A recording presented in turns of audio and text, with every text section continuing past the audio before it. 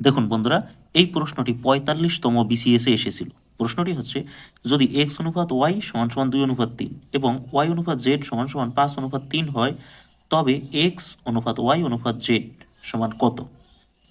অর্থাৎ এটাকে ধারাবাহিক অনুপাতে নির্ণয় করতে হবে। তো ধারাবাহিক অনুপাত নির্ণয় করার শর্টকাট টেকনিকটি জেনে নিন।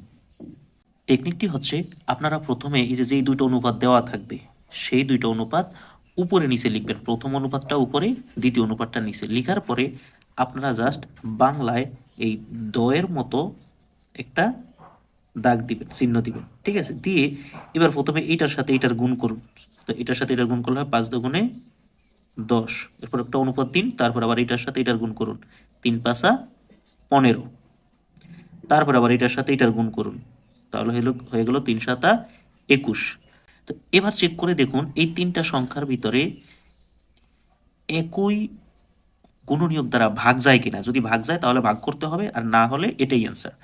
তো দেখুন অপশনে যেহেতু এটা আছে তাহলে আর চেক করার দরকার নাই। যে দেখুন এখানে অপশনে আছে, খ নম্বরে আছে 10:15:21, তাহলে আর চেক করার প্রয়োজনই নেই, যেহেতু অপশনের সাথে মিলে গেছে, তাহলে এটাই অ্যান্সার।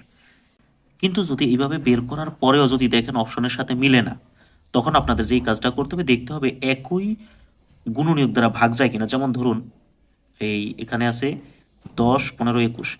এই প্রথম দুইটার ভিতরে দুইটাকে আমরা 5 দিয়ে ভাগ দিতে পারি, কিন্তু তৃতীয়টাকে 5 দিয়ে ভাগ যায় না। আবার যদি 3 দিয়ে ভাগ দিই তাহলে এইটাকে আর এটাকে ভাগ করতে পারি, 10কে ভাগ করা যায় না। সুতরাং এটাকে ভাগ করা যাবে না।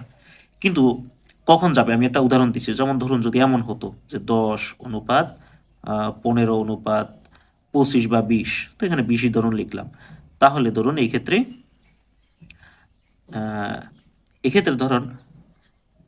ধরুন আমরা প্রত্যেকটা সংখ্যাকেই 5 দিয়ে ভাগ করতে পারি। যেমন 5×2 = 10, 3×5 = 15, আবার 4×5 = 20। তখন অনুপাতটা এমন হয়ে যেত। আশা করি বুঝতে পেরেছেন। ভিডিওটি ভালো লাগলে লাইক করে দিবেন এবং শেয়ার করে সবাইকে জানিয়ে দিবেন।